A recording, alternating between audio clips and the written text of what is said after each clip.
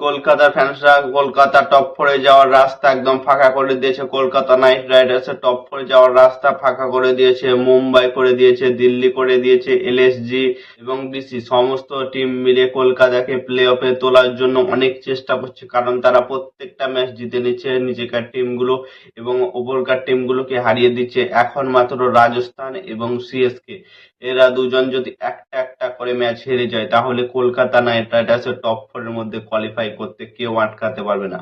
পাঞ্জাবের ম্যাচ আছে একটি ম্যাচ, পাঞ্জাব যদি একটু মাইনাস পয়েন্টে থাকে তাহলে একটু সুবিধা হবে কলকাতার জন্য। সে যদি 15তেও চলে যায়, কলকাতা নাইট রাইডার্সও 15তে চলে যাবে। একটু Kolkata Knight Riders plus point যদি বেশি থাকে, তাহলে কলকাতা নাইট রাইডার্সকে টপ ফোরে যাওয়ার জন্য কেউ আটকাতে পারবে না। খেলা কলকাতা দুটো ম্যাচ খেলে দুটো ম্যাচ জেতা এবং একটু রান মার্জিনে, বেশি মার্জিন রানে জেতা অথবা বল থাকতে ম্যাচ জেতা। কারণ KKR এর বোলিং লাইন আপ একটু এলোমেলো হয়ে গেছে। KKR এর দানব গুলো জেগে গেছে, কিন্তু দানব একাই ঠিক করতে পারবে না, একটু বোলিং লাইন আপ স্ট্রং দরকার। পরের ম্যাচ আছে মুম্বাইয়ের সাথে এবং দিল্লির সাথে। এই ম্যাচ দুটো কলকাতা নাইট রাইডার্সকে 100 জিততেই হবে। তারা যদি হেরে যায় তো তাদের কাছে কোনো বিকল্প নেই যে তারা ম্যাচ জিততে পারবে এবং টপ ফোরে কোয়ালিফাই করতে হবে। তারা যদি পরস্পর দুটো ম্যাচই জিতে নেয়, তাহলে তারা কলকাতা নাইট রাইডার্স টপ ফোরের মধ্যে কোয়ালিফাই করে দিবে।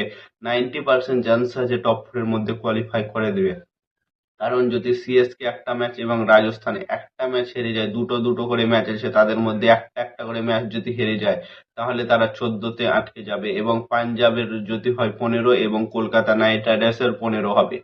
সেইখান থেকে কলকাতা নাইট রাইডার্সের একটু প্লাস পয়েন্ট থাকলে কলকাতা নাইট রাইডার্স টপ ফোরের মধ্যে কোয়ালিফাই করে দেবে।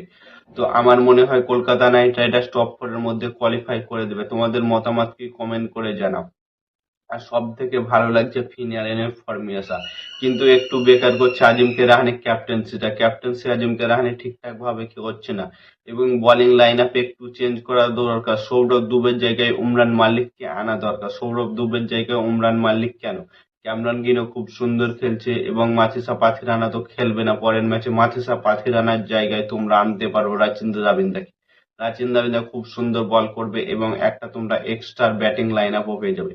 কলকাতার ব্যাটিং লাইন আপ অনেক আছে, 9 নম্বর পর্যন্ত ব্যাটিং আছে কলকাতা। সুনীল নারায়ণ পর্যন্ত ব্যাটিং আছে কলকাতা নাইট রাইডার্স। কলকাতার একটু বোলিং স্ট্রং হতে হবে। সুনীল নারায়ণ সেদিন খুব সুন্দর বল করেছিল, কিন্তু বাকি বলার গুলো একটু এক্সপেন্সিভ হয়ে গেছিল। ক্যামরন গ্রিনও খুব সুন্দর বল করেছিল, কিন্তু এখন Kolkata Knight Riders main focus হবে মুম্বাইকে হারানো এবং দিল্লিকে হারানো। তাদেরকে যে কোনো মূল্যে হারানো এবং একটু বেশি রানে হারানো। তাদেরকে যদি 40-50 রান করে হারিয়ে দেয়, তাহলে একটু প্লাস পয়েন্ট চলে যাবে। পাঞ্জাবের থাকে একটু প্লাস পয়েন্ট যদি চলে যায়, তাহলে কলকাতা নাইট রাইডার্সকে টপ ফোরে যাওয়ার জন্য কেউ আটকাতে পারবে না। তো আমার মনে হয় কলকাতা নাইট রাইডার্স টপ ফোরের মধ্যে এন্ট্রি নিবে খুব তাড়াতাড়ি। সিএসকে যদি একটি ম্যাচ হেরে যায় এবং রাজস্থান যদি একটি ম্যাচ হেরে যায়, তাহলে কলকাতা নাইট রাইডার্স টপ ফোরের মধ্যে কোয়ালিফাই করতে কেউ আটকানোর নেই। কারণ আরসিবি, এলএসজি, মুম্বাই এরা প্রত্যেকটা টিম মিলে কলকাতা নাইট রাইডার্সের টপ ফোরে যাওয়ার রাস্তা ফাঁকা করে দিচ্ছে। তোমাদের মতামত কমেন্ট করে জানাও। আর নতুন কোনো আইপিএল ভিডিও দেখতে হলে চ্যানেলটাকে সাবস্ক্রাইব এবং ফলো করে দাও। ততক্ষণের জন্য টাটা, বাই বাই, জয় হিন্দ।